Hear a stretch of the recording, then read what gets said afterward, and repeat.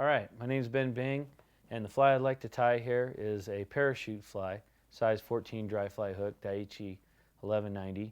And this is basically a typical parachute. The only difference is this is a Guinea Fowl parachute, and we're going to use some of this beautiful Guinea Fowl right here for the upright wing, which is going to represent the speckle wing of the Calabatus. In some of the still waters that I fish back in California, the trout are pretty picky, and they want a dead-on exact imitation.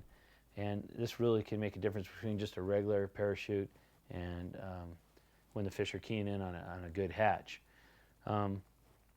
Size 14, got tan thread. I'm going to start with a jam knot behind the hook, and I'm going to do a nice thread base on my hook shank. This makes for a more durable fly.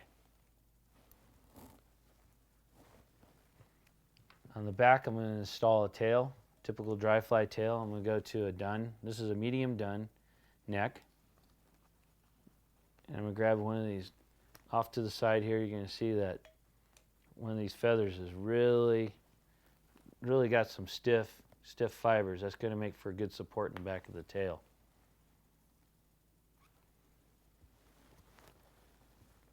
I'm going to clean that out, and I'm just going to grab, there's probably about 10 fibers in that little area right there. And what I'm going to do is that I kind of bunch them up so that the tips are all even. And I hold it into my left hand, and you always pull the stem away from the bundle that you just gathered up. If you do it the other way, your tips will end up uneven and distorted, and that's not what we want. Actually, I got one that's not behaving there. So the tail length is going to be roughly the distance of the hook shank right there at the top. So one hand will transfer to another. I'll tighten that up just like that on top. And that's a pretty good tail right there. It's got a little kick coming up to it. That's what I like in this tail. It splays out a little bit. That'll help support the fly in the water as far as stability.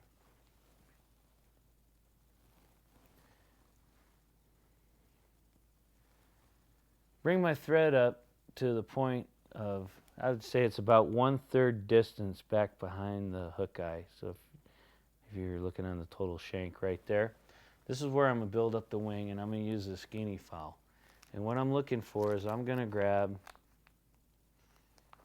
now these aren't going to be, the give and take on this whole situation is these are not perfectly, like wood duck wings where they're going to be nice and leveled up. So you kind of got to work with what you got, and it's pretty rough. But the end result is that I'm going to end up with a really nice speckle wing. And how I form this wing is I'm going to kind of just take all these tips and kind of like pull them down through my fingers and transfer it over into my right hand. The tips are in there, and then back to my left hand, and right there I got a pretty good wing that's going to make our post and parachute. A good determination of your length will be the hook shank. Come up in here and do a pinch wrap to tighten that up on top of the shank. 1, 2, I'm getting a little bit tighter as I go forward, and then I'm going to come back and wrap back and tighten down the butts. And then trim off at an angle, because I want to make a smooth body in here with my dubbing. So if I trim it at an angle, when I bang those down, it'll make for a better transition for the body. And a few thread wraps there to lighten that up. Lift this up, and in front of my wing, I'm going to do about 3-4 good wraps to stand that up.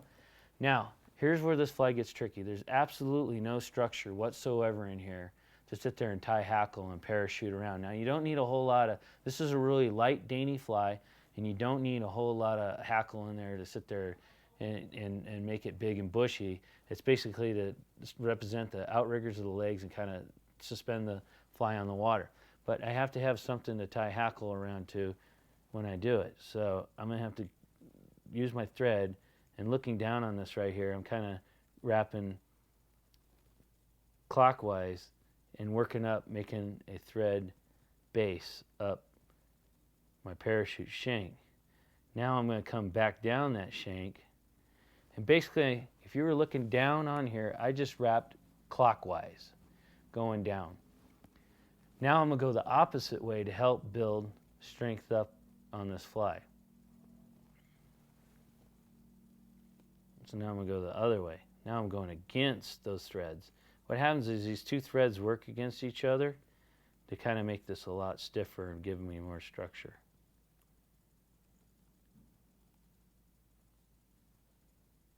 Let's tie that down in front there. Now, as you can tell, I have real good, nice base where I can sit there and hackle up. Tie my hackle in and wrap it around it. So I got some structure to it, and I got a nice wing. Okay, so what I've done is I've built a real nice thread structure in here so that, as you can tell, this wing now, I got a nice, stable base that I can tie my hackle stem into for doing my parachute. And at this time, I'm going to sit there and go to my medium done and find me a really nice size 14 hackle.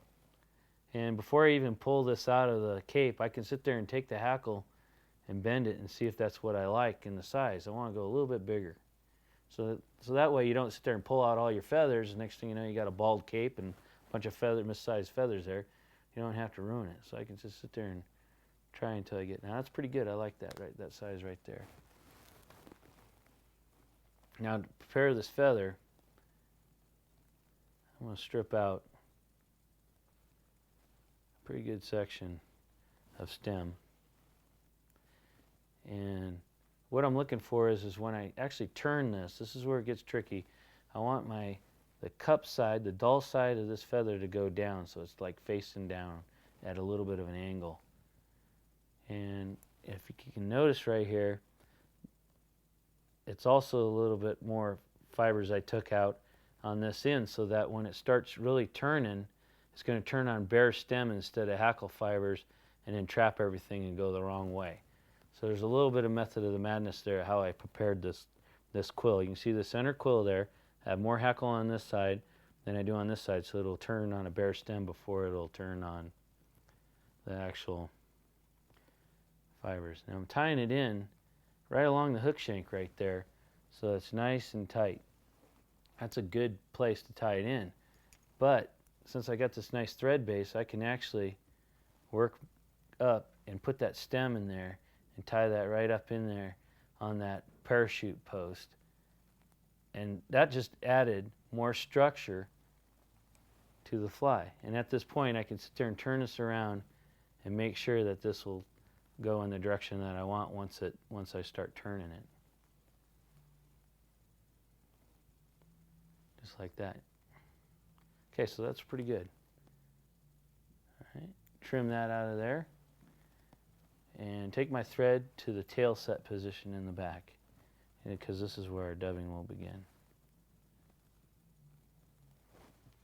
For dubbing, it's just super fine dubbing, and you got to actually look at the hatches on the water that you're fishing, so that sometimes it can be almost kind of like this dark tan color, or it can be a lighter tan color based on where you're at in the location and the time of year that the calabatus are hatching.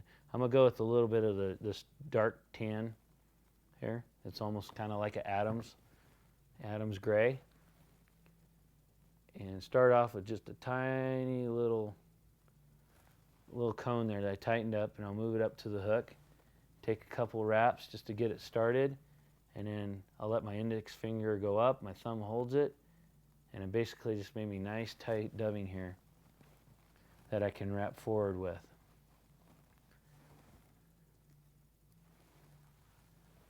Now, one thing I did is I made sure that I picked tan thread that matches my dubbing, because as I sit there and I'm building up this thorax area right here, I build it up into kind of a nice little thicker area, and my thread blends real nicely into the dubbing. You can't even see it in there.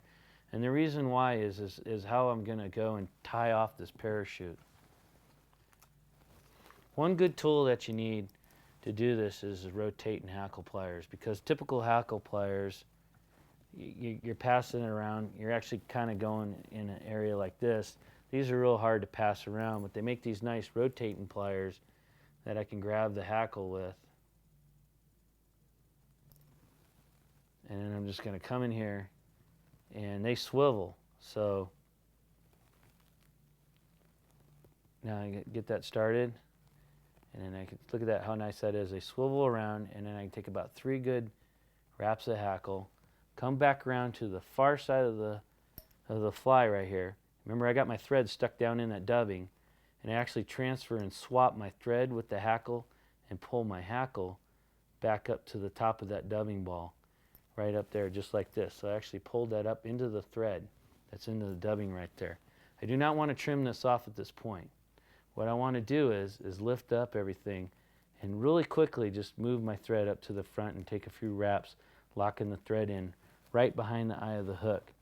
And I can see that you can see already that a whole lot of the hackle fibers are not below the body of the fly right here. They're up on top. That's where I want them. Outrigging, hanging out down, so that the body will lay in the water more or less, and then the wing and the hackle will stay up top. Now, before trimming that off, I'll go ahead and do my whip finish.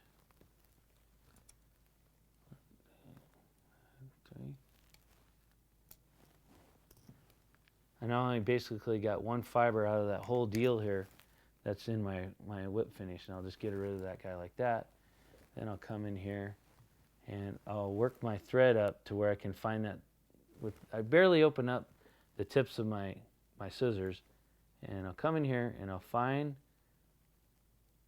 the hackle stem, trim that out.